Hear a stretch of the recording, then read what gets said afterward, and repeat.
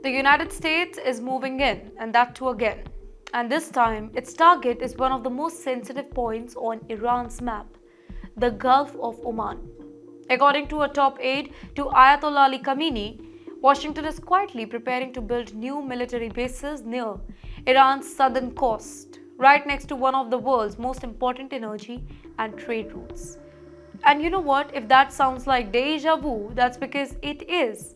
America's strategy hasn't changed, only the battlefield has. Ali Akbar, one of Iran's most influential voices, has sounded the alarm. He claims that the US is expanding its military footprints along Iran's southern frontier and not just keeping an eye on Tehran. No, this time the goal is bigger here.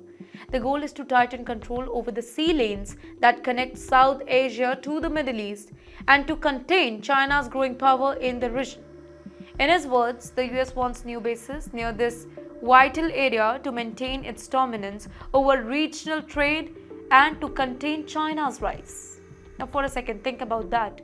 From Pakistan's Gwadar port, the crown jewel of China's Belt and Road, to Iran's Chabahar port, the key to India's connectivity project, the US is now trying to plant its flag right in between. Diplomacy?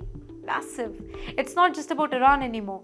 It's about who controls that particular global commerce. Now, his warning comes as America scrambles to reclaim lost influence in that particular region.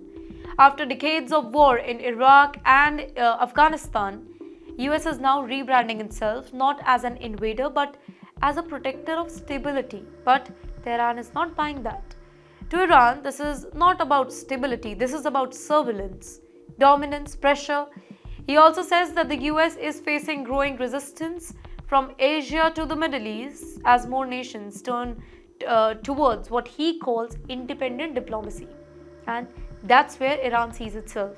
Not as isolated, but as part of a rising alliance of Asian and Islamic powers that reject the Western control.